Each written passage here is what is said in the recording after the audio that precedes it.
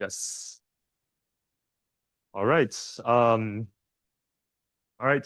So I'll begin my talk. Hello, everyone. My name is Saiyang, and I'm from UT Austin, working with Fokker Baum as a fifth-year graduate students.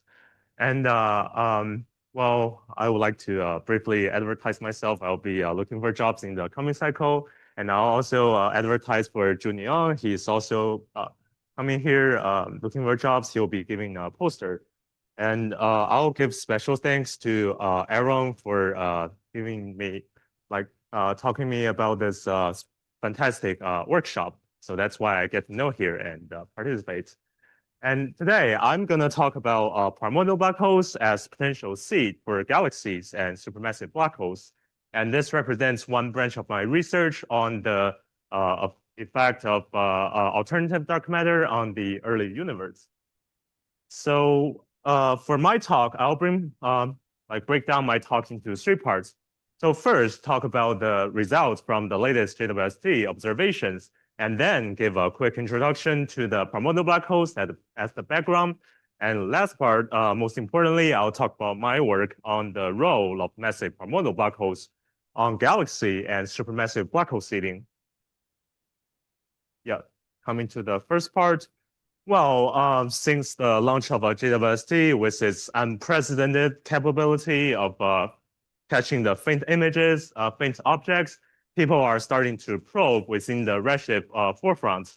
And well, there's been many talks on the galaxies, so today I'll start by talking more on the supermassive black holes. And this one in particular, called the UHC1, it is found to be at redshift of 10.32. And what's startlingly, what's interesting about this object is that by redshift of 10.3, which corresponds to a cosmic age of 400 million years, it has already attained a mass of 10 to the 7 to 10 to the 8 solar mass. So with this mass, people naturally start to think about how universe can make such massive black hole in such a short time period. So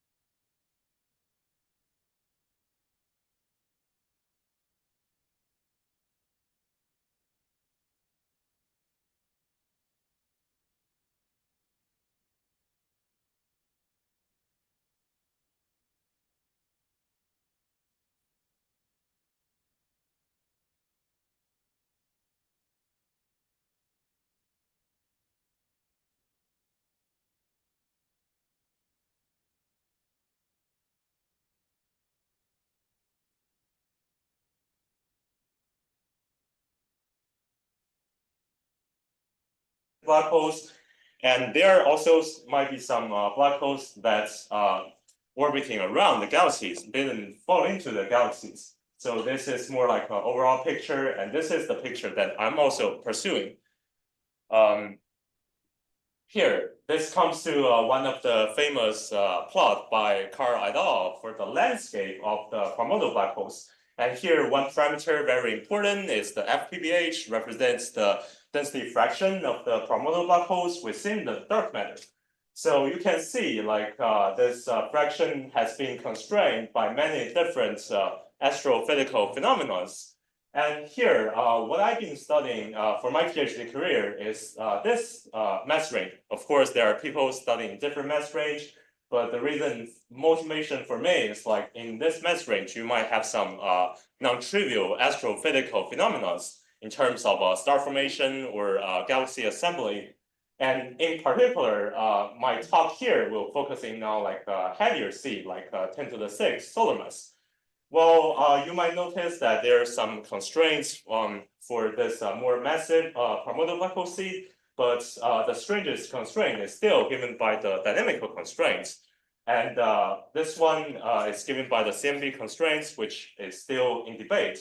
So we'll also look into the future work, see if there are like more stringent constraints for primordial black holes.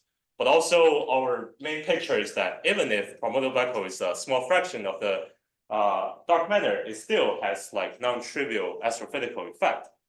So enough of the background, now comes to my work and on the primordial black holes. Well, first we study like whether galaxy could form around the primordial black holes and how galaxy assembly is look like. Well, primordial black holes themselves, they will see the formation of halos and gas will be attracted to the primordial black holes. However, during the same time, primordial black holes won't sit there, do nothing. They will like accrete gas and emit huge amounts of feedback. So in one of the simulation, we find that like if the feedback is not efficient enough, like the gas is able to cool through the molecular cooling track and the star formation will take place near the ionization front, near the primordial black hole. And the star formation will take place at redshift 30, 400 million years of the cosmic time. And let me show you the animation for the assembly of galaxy around the primordial black hole. And this red dots is the star formation site, where as you will see like population of white dots showing the formation of the stars. So just to show that again, like more and more stars forming. So here we take the snapshot around redshift 10, where the mass of the stars is comparable to the mass of the black hole. So 10 to the 6 solar mass of stars that form, and this has many interesting features. Morphologically, it's like very compact and with very high density near the center, but also the half mass radius is about 50 parsec, about comparable to those little red dot objects. And if we compile several of our simulations in this plot, we want to figure out the mass ratio evolution for PBH and distinguish with other seeding scenario like DCBA, direct collapse black hole. And from this plot, we find that the way we distinguish PBH from DCBH scenario, first is through the black hole mass to stellar mass ratio, because the stars will build around the PBH, but DCBH, you have to have star formation at the first place. So you will see like a rapid evolution trend for the PBH scenario.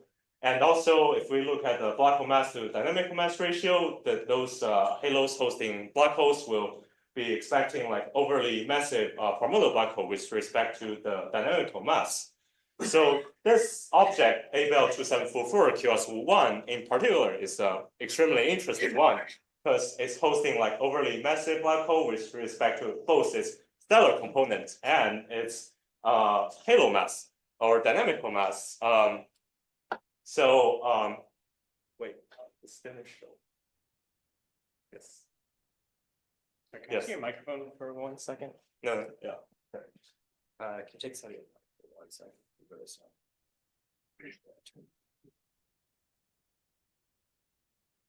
They can hear you on Zoom.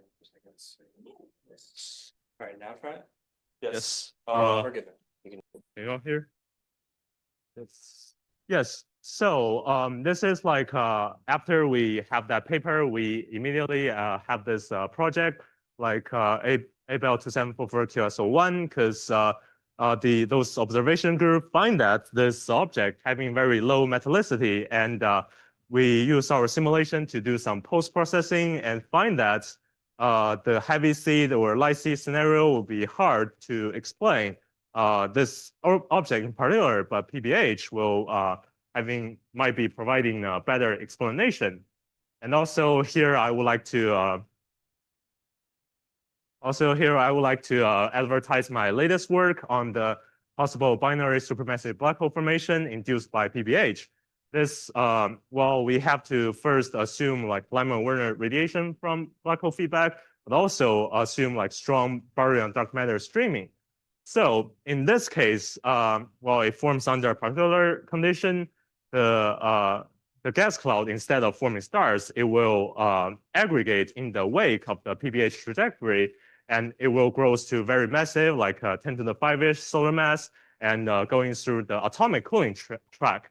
So instead of forming stars, this will directly collapse into a black hole, and the resulting system will be supermassive black hole binaries, and having like format redshift 10 to 20, having mass ratio of about 0.1, and spatial separation about 10 parsec. So in both cases, it could be either good explanation for some of the little red dot objects, but also it can be a very good gravitational wave source.